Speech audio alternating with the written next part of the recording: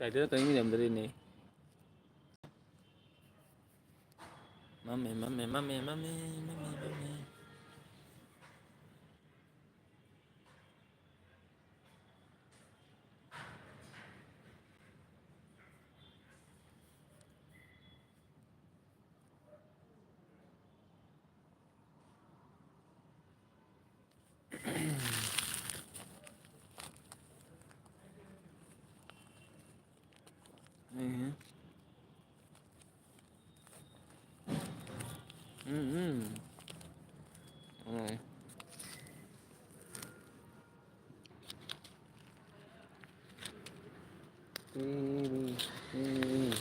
तेरी मेरी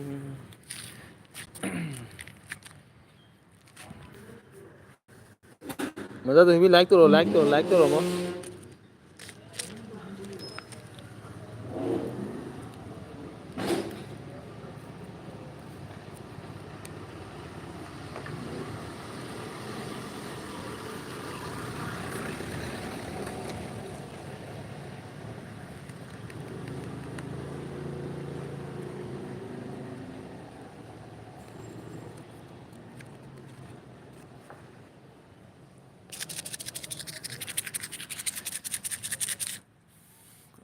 hi guys मजा तुम अना फर्स्ट तारे इबुंग तौरबनी ओके ओके मजा तुम दुगी अया तेकीरो किसिंगना तातोन केपीरो केपीनी चागेरो चानिंगाबो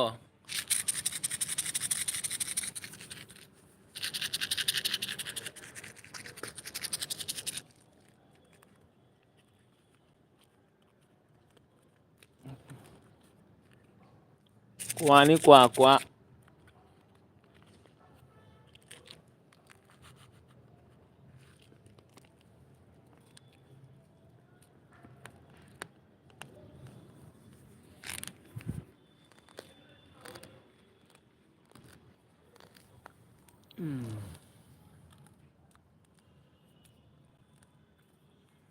cái cái sao thôi cái like đó mo Orang KP ni dugaan Anju ice nak kedai bar je isu lagle oke ice Anju thank you dengan saya hi bro Rocky ya ai cái kedai ina ni pan itu tu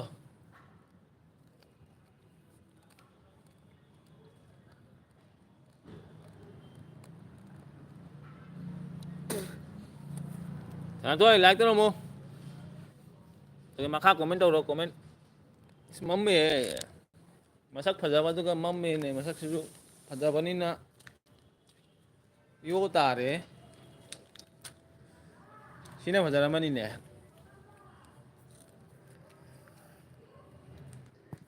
sini fajawa mana yo tare ni na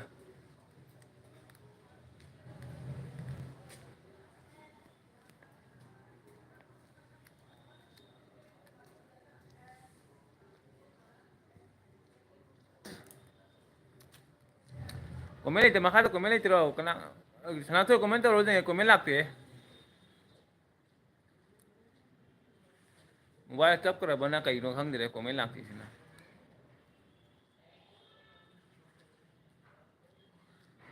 hi bro Rocky deh pan करे kena anu ले इब comment खा terus nih comment lagi ना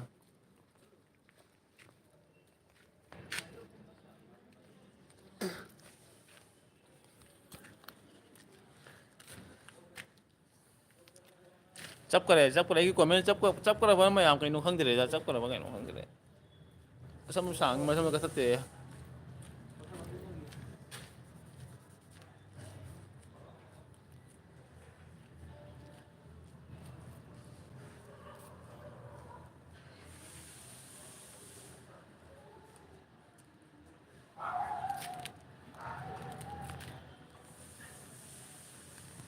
mày am ngatang nak kau mobile pura kan lo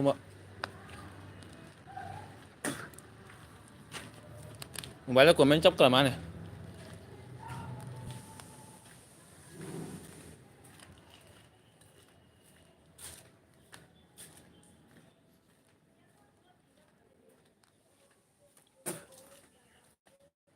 Baje mobile baje comment comment lo chấp करे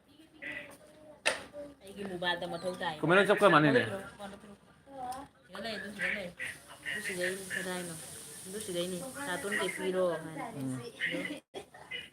Kemana cok kayak kang ya pak? Cok kayak itu.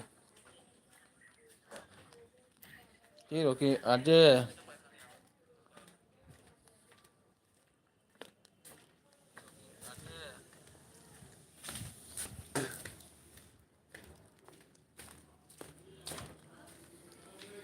Aja membeda kang hari doa ya. Kang ya pak komen cok kayak itu. Ngoài kinh bây giờ thì cái kinh đấy nó vậy chứ. Để đã tả sát tả đi. Hey YouTube nang nào đâu qua hả lệ. Sửa lại nang lên ngân của sửa lại.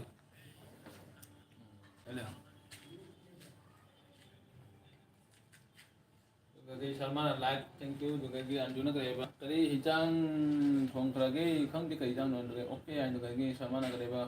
Qua sai rồi. Mang gì đó à qua ấy. Hảo cũng đang qua cái này cái gì hảo nào.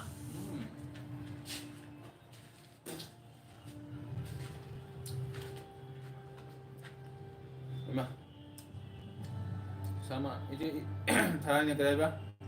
Ada yang sahur dua lagi, doni lagi sama hai dua lagi, sembilan kenapa? Soalnya dan je sembilan lain di kantornya, kena lebih lah, kena lebih nih mula.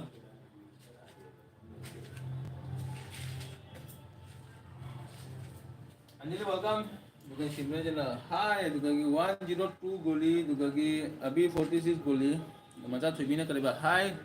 dong. Kहाँ दूंगा इसे मजा से भी ना करेगा धोनी है तो कि सिमरन ना करेगा अंजलि किसका एलबी है बॉय 125 गोली सबने 1 गोली है अभी तो अंजलि ने करेगा करी चारी नो नुपा मचा करी चारी नुपा मचा कर सी गयो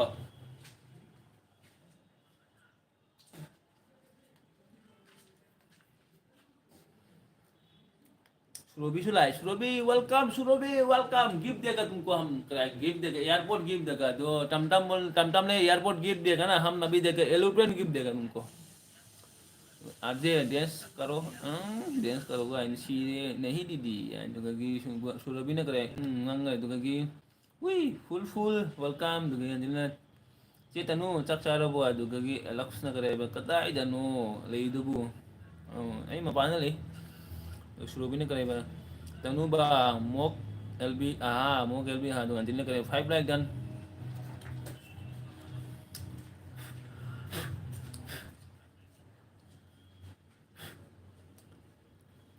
ada sih kapot lagi guys dah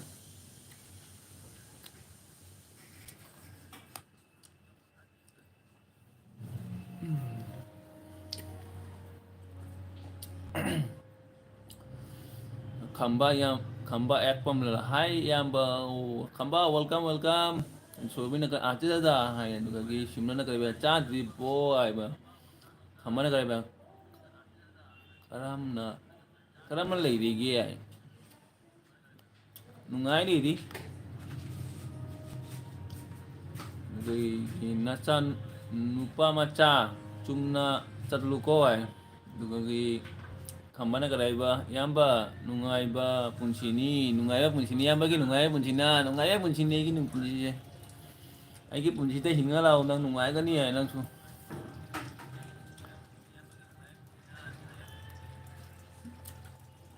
rồi nai tanu ba alok pasot bonam he ai rồi simran na karaiba aji ki chopri o rồi surobi na karaiba aji dada ai na ngak kare kanda hai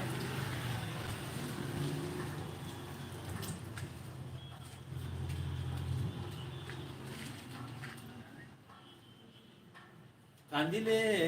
মনটো অলপ হালকা হ'ব আজি তোমাৰ LB আহে নেকি সুৰভি আজি তোমাৰ এলবিত আহে নেকি সুৰভি সুৰভি আহিছে মোৰ এলবি সুৰভি মোৰ এলবিত আহে মোৰ ভিডিঅ'ত নাহে সি নকি আঞ্জলিনে करायबा ꯆꯥꯛ ꯆꯥꯔꯕꯣ ꯀꯥꯏꯗꯒꯤ ꯆꯥꯛ ꯄꯨꯡ 10 ꯆꯥꯛ ꯆꯥꯗꯣꯏꯅꯤ aji anda bon nama hain tu ki ice na kanuna kare anjali karino sini nang gi elbi da comment pa te ko ai oma anjali ma gi elbi da comment pa te ma gi kare problem ma lei bani ma ta hangui je tanu ma kari gi tamang te elbi pa ti na mai gi kare elbi da kare hango nugi Michael Jackson dance amatang Michael Jackson ki dance amatang toro ai uma nei re he Surobi RJ video nice wa Surobi RJ video mora video nasahi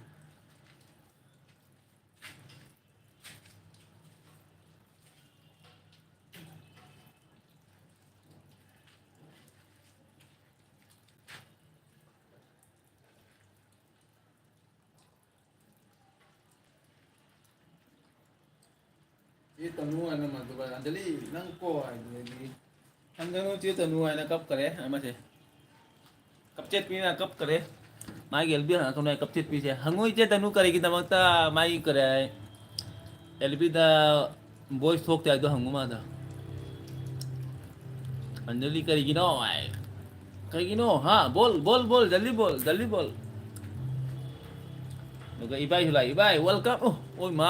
ibai yam kuina matung da ibai ju udi mai ai gel biga ibai ai masak se kuire uda base nuga ki surobina ka more elbit ahiba ji 10 pm nuga ji khambana ka ba khoi groups mi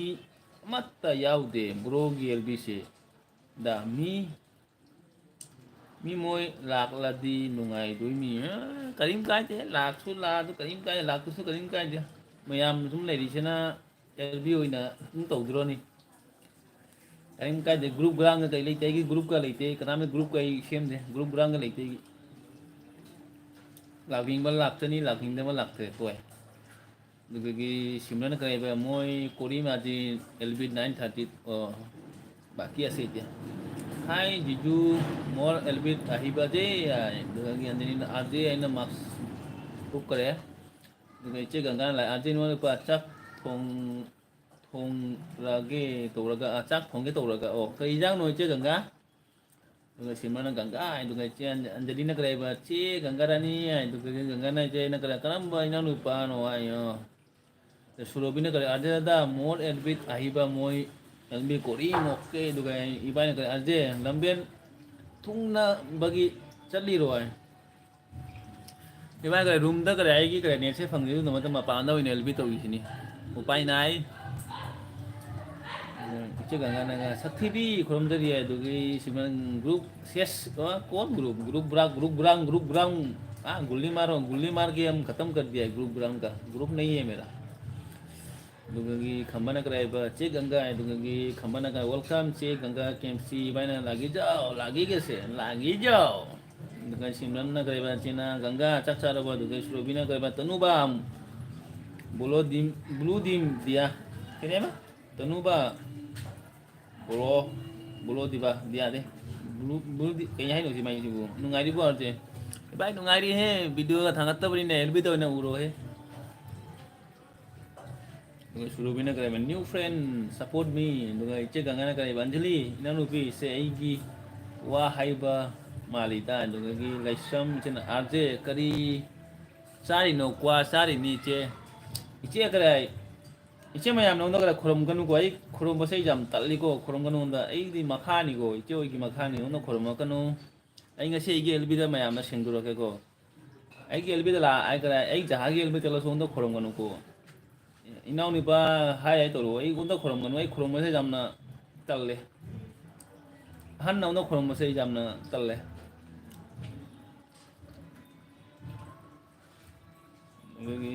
इचे तनुना करे बाजे सुरबी दा नीला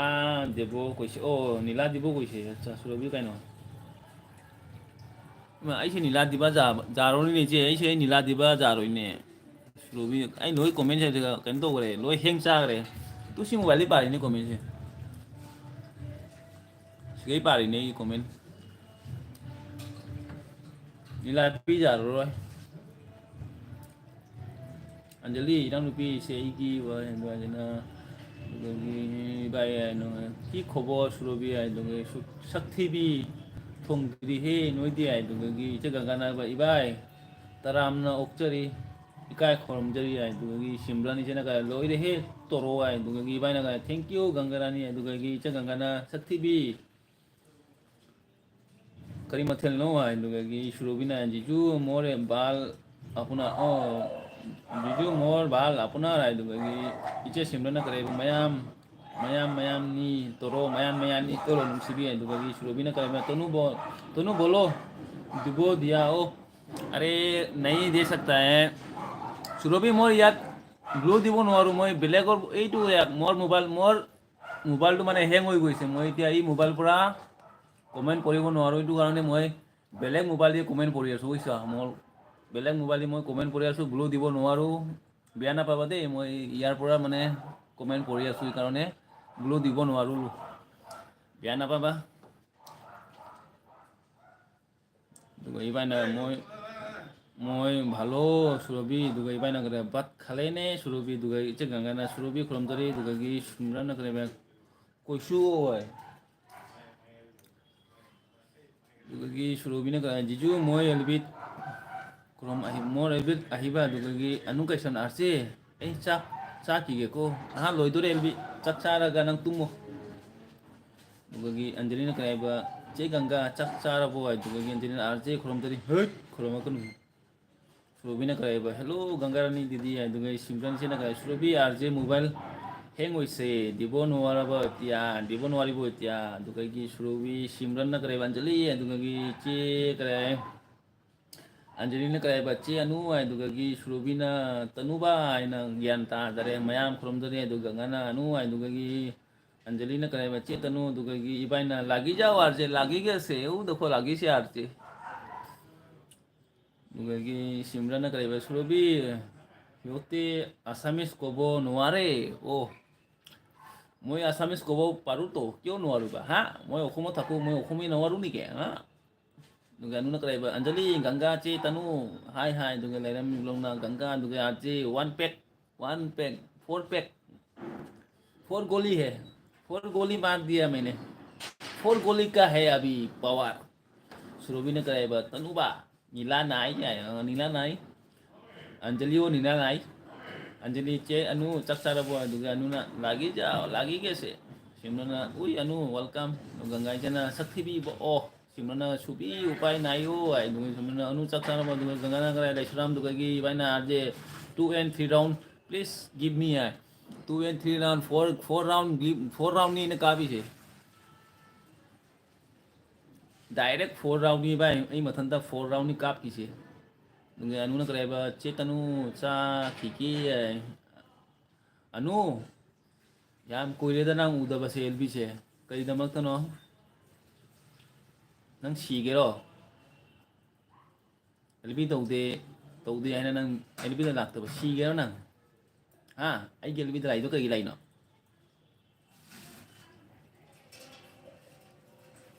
सबका साथ सबका विकास है दो खंगरा सबका साथ सबका विकास अदु तो ममांग थांगनी अदुदो नतदी पीछे पड़ जाएगा रे सबका साथ सबका विकास सुरभि ना करे तनुबा तुम्हार तात आसामिस ओ कोथा पाते दे खुन दु आसामी ओ करी हिजांग नो अनु दुगा गंदिन आरजे फरे ए तुम लगे तुम अनु तुम नोय तुम दे शांति ओरे नोय तुम कामा लापिनो नोय ai kanamo do warau de ai gel bi de lai hai na kanamo warau de da nasagi kare ai channel pai me nasa na khang da ne du de na hai ta pra as I am require kare ba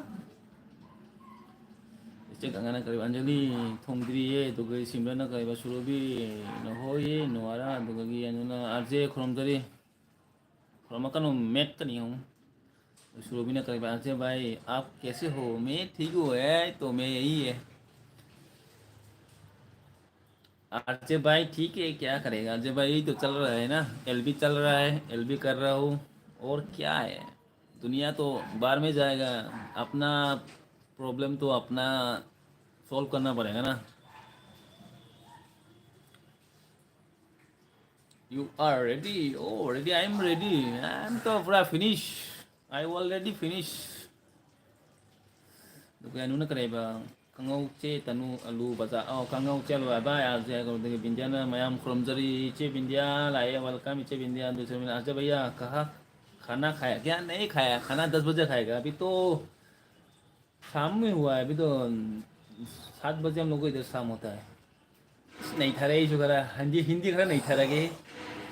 이제 그래 단una 그래 봐 와우 제 빈디야 누가 이제 강간나 빈디야 그럼들 빈디야나 텐라인 누가 기 빈다 제 누가 기 안젤리나 그래 봐 짝짜들이 하이로 와죠 짜들이 짝짜 바풍 따라다 누가 심나 그래 봐제 빈디야 칼라네 누가 이제 강간나 제 노는 봐이 온라인에고 짝 통이 오케이 그림 까이데 이제 강가 오버에서 그림 까이데 이바나 제 I am also angry Rona I am also hak खाइदो I'm already fine hai tari ne bhai I'm already 4 pack duga gi bindana kangka duga gi mama na la yar je mama ngasai ai phone to ke to bonang gel bi lei duga ina phone to dor bani ko mama sauba jate heng oi te wai sana si khadana duga gi bindana kai ba tanu cha dre duga gi simrana kai ba anjali chak charabo lb lo rabo ai duga gi mama na kai like dan duga gi dia surubi duga gi sununa to bo welcome duga gi lesam nu kai sam duga gi सिमरन करे बचे बिंदिया करी जांग no दुगी शुरुबी coat गोला दुगी बिंदिया ना अंजलि खून ना दुगी बिंदिया ना अनु कैशाम दुगी सिमरन तो भी चक्सार बो दुगी तमतम बरो ना इलेवन लाइक इबाई ना सॉरी लाइक दुगी बोलना करे बकरी किता खबर आज के ठीक नहीं है आसे रे बो तमतम ब्रो मन बाला ना रे ভিডিও স্টুডিও আপলোড করতে পারি না মন বলা না অলপ টেনশনও আছে এটার লাগি ভিডিও স্টুডিও আমি আপলোড করি না दुगी बिंदिया करे चिकन तनु दुगी सिमरन करे पेरोट is coming अच्छा इबाई ना वाओ इबो दुगी मामा ना करे तनु थोंगनी है दुगी अंजनी करे चा दि चे तनु आई सु चक आई चे तनु लागनी किदना एलबी था तरी है अच्छा दुगी सिमरन करे चे वाओ हाउरनी बो है दुगी mana tu saya napa na kayak mana tu pai buat napa na dugi ibai na kayak tam tam nungai di buat dugi ibai wow wow dugi mama na kayak banjiri tang anjiri thabak lo la buat dugi tam tam bro na nungai di ibai dugi ai mana tu pai sih win ni bro nungai di ibai dugi simran anjali dugi tam tam bro na mama mama kemsi oyo buat dugi ibai na kobok kobok ibu hal dugi tam tam bro na anjali kita baloni ya dugi anjali na hoi che chak lo de sidi lo la buat dugi nu hai na mic pai करे दुगी सिमरन ना करे शुरू भी दुगी मामा ना करे होय होय RJ दुना फरे आय ओके ओके चे मामा का ngasai nang elbi to bodu gai na phone to rokta bani nang gi disa bu nyai na दुगी phone to rokta re दुगी Anjani ना करे dai bo noren iro narol iro thai mai दुगी इचे सिमरन ना करे म्या comment ni ganga lai bo ai du ganga na करे RJ no ni po on lai ko nungai ta ba tonu tari ko chak thong kri आर्थिक न own लेरिको नुंगाइतबा तौनु तारिको चाक थोंगागे तौबनी ऐ करिगे इचे गंगा ऐ नुंगाइतबा कई नुंगाइतबा तौदे इचे गंगा कई नुंगाइतबा तौबे ये लेबिदा लाइदो करे लाइ को कई नुंगाइतबा लेतेदा ऐ कनामने नुंगाइतबा तौदे ऐ नुंगाइतबा तौरो ऐ तनिने इचे गंगा ना करे मामा चाक mama che khorom jore dugai tam tam ro na anjali mai thai dugai anjali na che tanu ai dugai mama na ka ei phone to roke pung ke adono at the time hai ru mama ei phone to roke nang lb tha bu dugai to rok ta bani ne dui da motai ngasai nang lb tha bu do ei to rok tra bani dui da motai to rok tra ba du ei to rok ai khala mani nang na youtube hang ma duga mama gi lb le ra mi ma du ina to ro ida ko na to ro si ai na ma khala gai thum तौदरे है दुकान दिने का हा दा हो ए comment पाबा तन मना लोरे दा तल्ले दा कमेंट पानी ए तल्ले कमेंट पा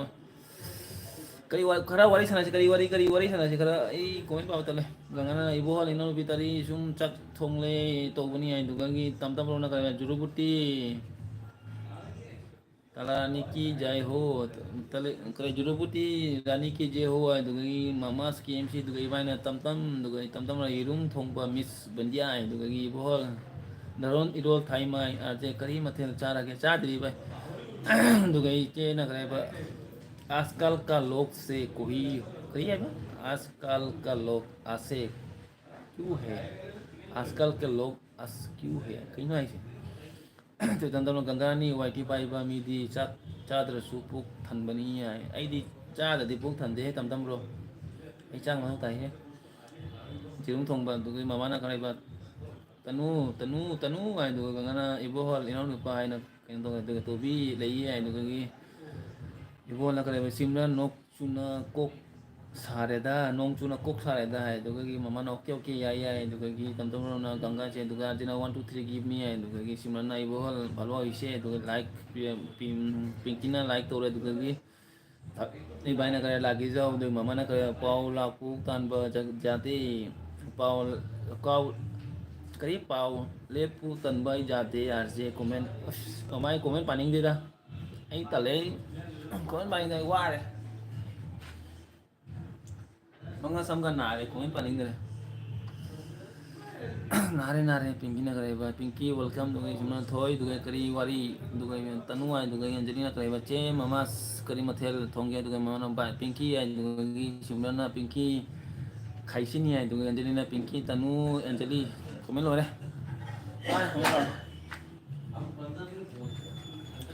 ꯃꯌꯥꯝ ꯈꯔ ꯄꯣꯊꯥꯁꯤ ꯀꯣꯃꯦꯟ ꯇꯧꯔꯛꯀꯅꯨꯁꯦ ꯃꯌꯥꯝ ꯈꯔ ꯄꯣꯊꯥꯁꯤ ꯋꯥꯔꯤ ꯁꯥꯟꯅꯁꯤꯁꯦ ꯑꯩ ꯀꯔꯤ ꯋꯥꯔꯤ ꯂꯤꯔꯧꯒꯦ ꯑꯩꯁꯦ ꯃꯌꯥꯝ ꯍꯥꯏꯔꯣ komen cara si RJ bro komen kiri komen cairi si RJ bro itu kan jadi cak urabo pinky itu lagi siapa itu kan je kedai dan nuah kedai lebih dan nih dia di mana tuh mama kau ibarat nu thapak tattowi cak thapak tattowi cak ordinary ya itu lagi tante bro na komen ses yang kini kau ibarat cak thumti anjali nangdi urabo itu lagi tobi o itu lagi RJ karamba lekai jeno gate नहीं ले gate है तू कोई gate ले तू gate ले तू gate तो बनाता नहीं लोरी पिंकी है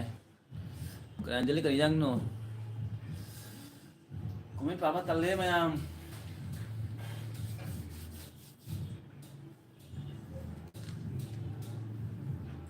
मैं तल्ले हम सेम गी खरा तल्ले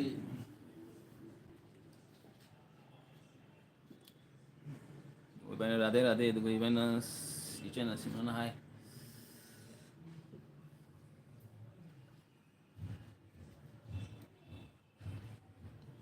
mayam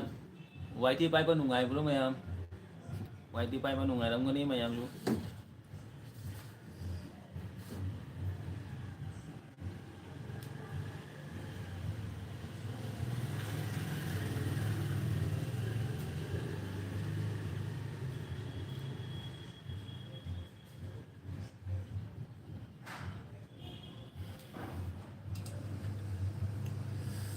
insen lagi net hero nubu sambro haise ha arje krema hero na bu sembro haise arje as kara shame ni no social media thodi kara masak kara phajan tai ne no मैं आंसू करा मसक फजाली चाहिए करा मसक फजाली नहीं हाँ लगी जाओ yes लगी Kino kami jeng gor jo lau tadi nek res natun kere naton pai nuar je naton pai mese nungai naton pai mese gi happy ho ya ऐसे तो लगी अंजलि ने कहा ऐ दी थोक निंगे थोक के तो बसु मी ममनंग दा इकाई जरे ले रे ए अंजलि थोक रो करीम काय देदा अंजलि करीम काय दे थो सु करीम काय देदा कइनो ने थोपसु 그래 온다 하여 करीम काय दे थो करीम काय दे थो करीम काय दे ꯑꯩꯗꯤ ꯅꯨꯡꯉꯥꯏ ꯌꯥꯗꯦ ꯑꯗꯨ ꯅꯣꯛꯄꯁꯨ ꯂꯣꯏꯔꯦ ꯀꯔꯤꯒꯤꯅꯣ ꯏꯅꯣꯕ ꯑꯩ ꯋꯥꯏ ꯑꯩ ꯀꯣꯃꯦꯟ ꯄꯥꯕꯁꯦ ꯌꯥꯝ ꯋꯥꯏꯀꯣ ꯃꯌꯥꯝ ꯑꯩ ꯀꯣꯃꯦꯟ ꯄꯥꯕꯁꯦ ꯑꯩ ꯌꯥꯝ ꯇꯜꯂꯦ ꯑꯩ ꯀꯣꯃꯦꯟ ꯄꯥꯕꯁꯦ ꯌꯥꯝ ꯍꯩꯅꯗꯦ ꯑꯩꯗꯤ ꯅꯨꯡꯉꯥꯏ ꯌꯥꯗꯦ ꯑꯗꯨ ꯅꯣꯛꯄꯁꯨ ꯂꯣꯏꯔꯦ ꯅꯨꯄꯥꯅ ꯅꯣꯟꯗꯁꯨ ꯄꯛꯆꯩꯗ ꯅꯨꯄꯥꯅꯁꯨ ꯀꯔꯦ ꯅꯨꯄꯥꯅ नोंदानु नुपाना नोंदानु पक्चा दे आ जाए कहीं ऐसे तो सिमरन सोशल मीडिया में तो थोड़ा बनाना चाहिए ना, थोड़ा फेस बनाएगा, उसके बाद सोशल मीडिया के वीडियो डालेगा, उसके बाद तो आर्मी पसंद करेगा ना, नहीं तो बोलेगा साला ये तो घटिया लड़का है, यही बोलेगा साला। ꯄꯤꯡꯒꯤꯅ ꯊꯣꯛꯄ ꯌꯥꯗꯦ ꯑꯟꯖꯂꯤ ꯑꯗꯨꯒ ꯑꯟꯖꯂꯤꯅ ꯀꯔꯤꯕ ꯋꯥꯏꯇꯤ ꯇꯣꯛꯄ ꯍꯥꯏꯕꯁꯦ ꯑꯩ ꯇꯣꯛꯄ ꯍꯥꯏꯗꯦꯗ, ꯑꯩ ꯇꯣꯛꯄ ꯍꯥꯏꯗꯦ, ꯋꯥꯏꯇꯤ ꯀꯩꯒꯤ ꯇꯣꯛꯄꯅꯣ, ꯋꯥꯏꯇꯤ ꯁꯨꯝ ꯏꯁꯥꯒꯤ ꯀꯔꯤ ꯑꯩꯒꯤ ꯏꯁꯥꯒꯤ ꯄꯥꯔꯁꯣꯅꯦꯜ ꯂꯥꯏꯐ ꯊꯥꯗꯣꯛꯑꯒ ꯑꯗꯨꯒꯤ ꯑꯩꯒꯤ ꯄ꯭ꯔꯣꯐꯦꯁꯅꯦꯜꯒꯤ ꯀꯔꯤ ꯁꯨꯝ ꯀꯔꯤ ꯋꯥꯏꯇꯤ ꯄꯥꯏ ꯃꯥꯏ ꯄ꯭ꯔꯣꯐꯦꯁꯅꯦꯜ ꯂꯥꯏꯐ ꯀꯃꯥꯏꯅ ꯊꯝ ꯇꯥꯕ ꯋꯥꯏꯇꯤꯁꯦ ꯑꯗꯨꯅ ꯅꯨꯄꯥꯅ ꯌꯥꯝ ꯀꯔꯤ ꯅꯨꯄꯥꯅ ꯌꯥꯝꯅ ꯀꯦꯅꯨ ꯀꯣ ꯑꯥꯔꯖꯦ ꯑꯃ ꯀꯦꯗꯗꯒꯤ ꯚꯤꯗꯤꯑꯣ ꯌꯦꯡꯉꯣꯏꯅꯦ ꯑꯩꯅ ꯀꯔꯥꯏ ꯑꯩꯒꯤ ꯀꯔꯥꯏ ꯚꯤꯗꯤꯑꯣ ꯐꯖꯗꯗꯤ ꯑꯩꯒꯤ ꯑꯗꯨꯒꯤ ꯚꯤꯗꯤꯑꯣꯒꯤ ꯀ꯭ꯋꯥꯂꯤꯇꯤ ꯐꯖꯗꯗꯤ ꯀꯔꯥꯏ ꯅꯨꯄꯥꯅ ꯌꯦꯡꯒꯗ꯭ꯔꯣ, ꯏꯁ ꯇꯜꯂꯦꯍꯦ ꯃꯥꯏ ꯀ꯭ꯋꯥꯂꯤꯇꯤꯁꯤꯗꯤ ꯊꯨꯏ ꯌꯦꯡꯅꯤꯡꯗꯦ ꯍꯥꯏꯅ ꯇꯧꯔꯛꯀꯅꯤꯅ ꯀꯔꯥꯏ ꯂꯥꯏꯛ ꯑꯃ ꯀꯣꯃꯦꯟ ꯑꯃ ꯇꯧꯔꯒ ꯂꯥꯏꯛ ꯑꯃ ꯇꯧꯔꯒ ꯖꯠ ꯌꯥꯎ ꯍꯥꯏꯅ ꯇꯧꯔꯛꯀꯅꯤ. ꯍꯧꯖꯤꯛꯀꯥꯟꯁꯦ ꯀꯔꯥꯏ ꯀꯩꯅꯣ ꯇꯧꯔꯦꯕ ꯀꯔꯥꯏ ꯀꯅꯥꯅ ꯃꯃꯥꯡ ꯆꯠꯄ ꯀꯅꯥꯅ ꯀꯔꯥꯏ ꯐꯖꯕ ꯀꯅꯥꯅ ꯀꯔꯥꯏ ꯃꯃꯥꯡ ꯀꯔꯥꯏ ꯐꯖꯕ ꯑꯗꯨ ꯀ꯭ꯋꯥꯂꯤꯇꯤ ꯀꯦꯃꯦꯔꯥ ꯀ꯭ꯋꯥꯂꯤꯇꯤ ꯀꯃꯥꯏꯅ ꯐꯖꯕ ꯑꯗꯨꯅꯤ ꯍꯧꯖꯤꯛꯀꯥꯟꯁꯦ. ꯑꯩ ꯃꯈꯣꯏꯁꯦ ꯑꯩꯒꯤ ꯏꯁꯩ ꯃꯈꯣꯏꯁꯦ ꯁꯨꯃꯥꯏꯅ ꯆꯦꯟꯒꯟꯕꯗ ꯑꯩꯁꯦ ꯏꯀꯥꯏꯕꯅ ꯑꯣꯏꯕ ꯑꯟꯖꯂꯤ ꯅꯣꯛꯀꯅꯨ ꯑꯗꯨꯒ ꯑꯦꯜꯕꯤ ꯇꯣꯛꯀꯦ ꯍꯥꯏ ꯅꯠꯇꯦ ꯃꯤꯁꯦ ꯋꯥꯏꯇꯤ ꯇꯣꯛꯄ ꯍꯥꯏꯅꯤ ꯋꯥꯏꯇꯤ ꯇꯣꯛꯀꯦ ꯍꯥꯏꯒꯦ ꯑꯗꯨꯒ ꯄꯤꯡꯀꯤꯅ ꯀꯔꯤꯕ ꯀꯣꯃꯦꯟ ꯐꯖꯅ ꯄꯥꯎ ꯍꯥꯏ ꯑꯗꯨꯒ ꯏꯕꯥꯅ ꯖꯩ ꯖꯩ ꯌꯥꯁꯦ ꯍꯥꯏ ꯑꯗꯨꯒ ꯑꯟꯖꯂꯤꯅ ꯀꯔꯤꯕ ꯆꯦꯇꯅꯨ ꯍꯥꯏꯅ ꯀꯛꯄ ꯑꯗꯨꯒ ꯃꯣꯅꯤꯅ ꯂꯥꯏꯛ ꯗꯥꯟ ꯊꯦꯡꯀ꯭ꯌꯨ ꯑꯟꯖꯂꯤꯅ ꯀꯔꯤꯕ ꯃꯅꯤꯅꯦ ꯄꯤꯡꯀꯤ ꯍꯥꯏ ꯑꯗꯨꯒ ꯃꯃꯥꯅ ꯀꯔꯤꯕ ꯀꯣꯃꯦꯟ ꯄꯥꯅꯨ ꯑꯥꯔꯖꯦ ꯋꯥꯔꯤ ꯂꯩꯕ ꯈꯣꯠꯂꯕ ꯑꯩ ꯋꯥꯔꯤ ꯂꯤꯕ ꯍꯩꯇꯦ. ꯑꯗꯨꯗꯒꯤ ꯃꯃꯥꯅ ꯀꯔꯤ ꯑꯥꯔꯖꯦ ꯚꯥꯏ ꯍꯥꯏ ꯑꯗꯨꯒꯤ ꯁꯤꯝꯔꯟꯅ ꯀꯔꯤꯕ ꯃꯣꯅꯤ ꯑꯗꯨꯒ ꯑꯟꯖꯂꯤꯅ ꯀꯔꯤꯕ ꯑꯩ ꯊꯣꯛꯅꯤꯡꯂꯦ ꯋꯥꯏꯇꯤ ꯍꯥꯏ ꯑꯩ ꯇꯣꯛꯅꯤꯡꯂꯦ ꯋꯥꯏꯇꯤ ꯑꯣ ꯋꯥꯏꯇꯤ ꯇꯣꯛꯅꯤꯡꯂꯦ ꯍꯥꯏ ꯑꯥꯔꯃꯤ ꯍꯥꯏ ꯑꯗꯨꯒꯤ ꯆꯦꯇꯅꯨ ꯑꯗꯨꯒ ꯄꯤꯡꯀꯤꯅ ꯀꯔꯤꯕ अंजलि नंग आरजेगा पाव इबा फाउनदे तौरिसे अच्छा नुगो अंजलि कराइबा आरजे कइनो सिरनी नंग आई टोकनिंगे हाइबनी को वाइटी से अच्छा वाइटी टोकनिंगे कई दम टोकनिंगिनो कोई तो रीजन बोलो टोकनिंग भाई रीजन तो बोलो हाँ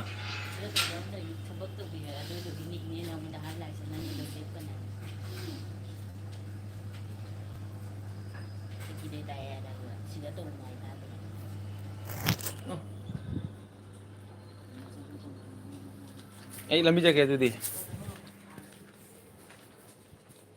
dù tôi với cái nón này nè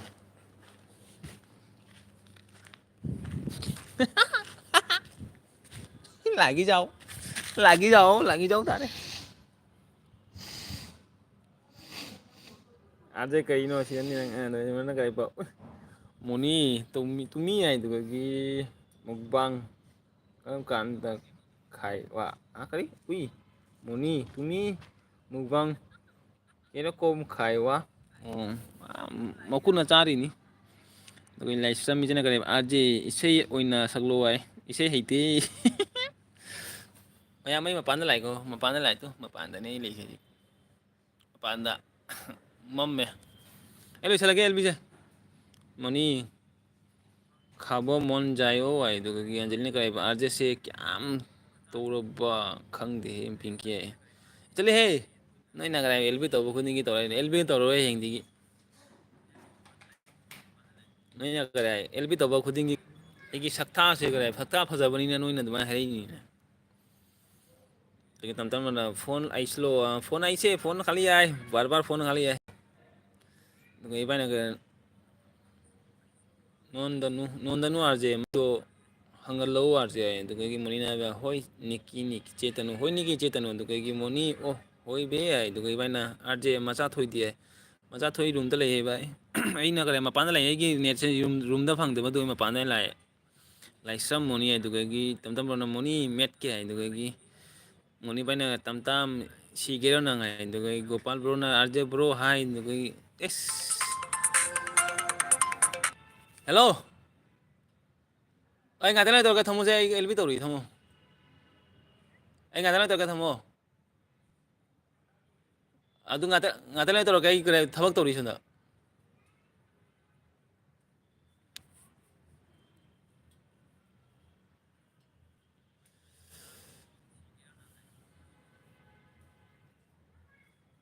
pro ꯍꯥꯏꯗꯨꯒ channel 16 money ꯃꯦꯠꯀꯦ ꯍꯥꯏꯗꯨꯒꯤ money ꯍꯥꯠꯈꯤꯗꯧꯔꯦ ꯑꯗꯨꯒ ꯒꯣꯄꯥꯜ ꯍꯥꯏꯗꯨꯒ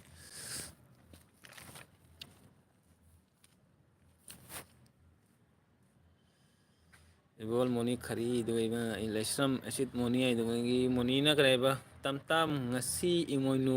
ꯐꯪꯅꯩꯅꯦ ꯍꯥꯏ ꯑꯠꯆꯥ ꯑꯌꯥ ꯑꯣ ꯉꯁꯤ ꯏꯃꯣꯏꯅꯨ ꯐꯪꯅꯩ ꯍꯥꯏꯕ ꯑꯁꯤꯗꯤ ꯆꯦꯅ ꯀꯔꯤꯕ ꯑꯣ ꯏꯕꯣꯍꯣꯜ ꯑꯗꯨꯒ ꯇꯝ ꯇꯝꯅ ꯃꯣꯅꯤ ꯐꯣꯂꯤꯒꯥꯎꯗ ꯌꯥꯏ ꯑꯗꯨꯒ ꯒꯣꯄꯥꯜꯅ ꯆꯦ ꯑꯁꯤꯗ ꯑꯗꯨꯗꯒꯤ ꯃꯣꯅꯤꯅ ꯀꯔꯤ ꯄꯤꯡꯀꯤ ꯑꯗꯨꯒ ꯏꯕꯣꯜꯅ ꯃꯣꯅꯤ ꯀꯥꯏꯗ ꯑꯗꯨꯒ ꯃꯣꯅꯤꯕꯥꯏꯅ ꯂꯥꯏꯁ꯭ꯔꯝ ꯑꯗꯨꯗꯒꯤ ꯑꯩ ꯊꯣꯛꯑꯦ ꯃꯌꯥꯝ ꯑꯁꯤꯗ ꯑꯣꯀꯦ ꯑꯣꯀꯦ ꯊꯣꯛꯑꯣ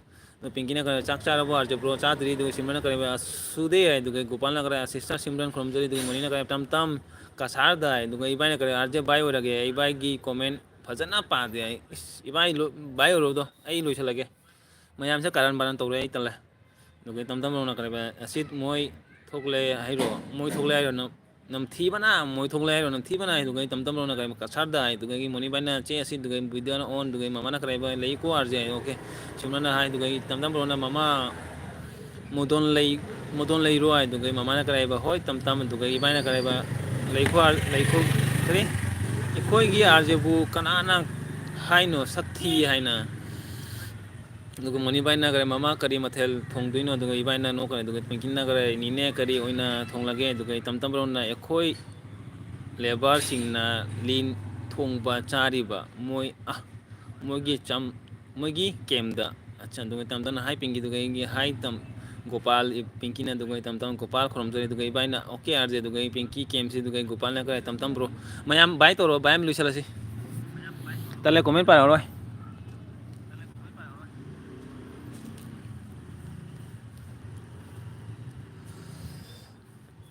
ꯃꯌꯥꯝ ꯕꯥꯏ ꯍꯥꯏꯔꯣ ꯕꯥꯏ ꯍꯥꯏꯔ ꯂꯣꯏꯁꯤꯜꯂꯒꯦ ꯕꯥꯏ ꯕꯥꯏ ꯃꯌꯥꯝ ꯕꯥꯏ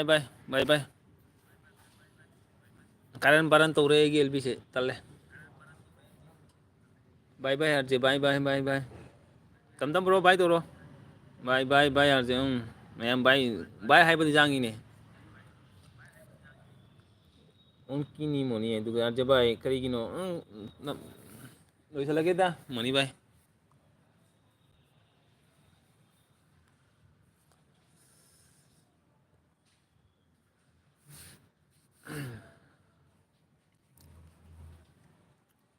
ꯑꯦꯜꯕꯤ ꯅꯨꯡꯉꯥꯏꯇ ꯃꯥꯅꯦ ꯑꯗꯨꯒꯤ ꯂꯣꯏꯁꯤꯜꯂꯒꯦ ꯀꯅꯥꯅ ꯀꯔꯝꯃꯥꯏꯅ ꯇꯧꯔꯤꯅꯣ ꯑꯥꯔꯖꯦ ꯀꯃꯥꯏꯅ ꯀꯔꯤꯝ ꯇꯧꯗꯦ ꯂꯣꯏ ꯆꯞ ꯃꯥꯟꯅꯩ ꯂꯣꯏ ꯃꯉꯥ ꯆꯞ ꯃꯥꯟꯅꯩ ꯃꯈꯨꯠ ꯃꯉꯥ ꯆꯞ ꯃꯥꯟꯅꯕꯅꯤ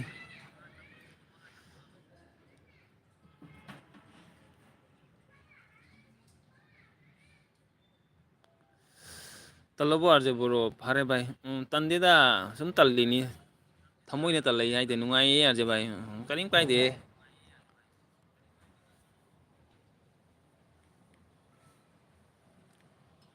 अरे मुझे कोई डाउन नहीं कर सकता है अरे डाउन करने का सोचता है जो डाउन नहीं कर सकता है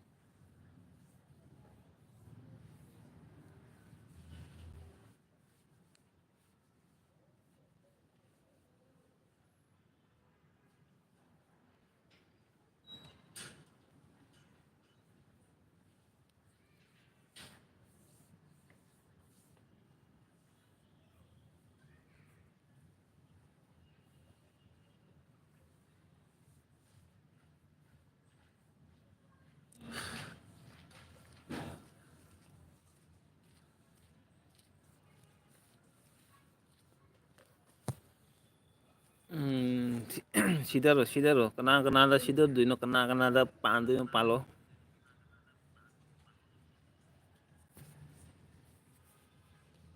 ꯄꯦꯜꯂꯦ ꯑꯦꯜꯕꯤꯁꯦ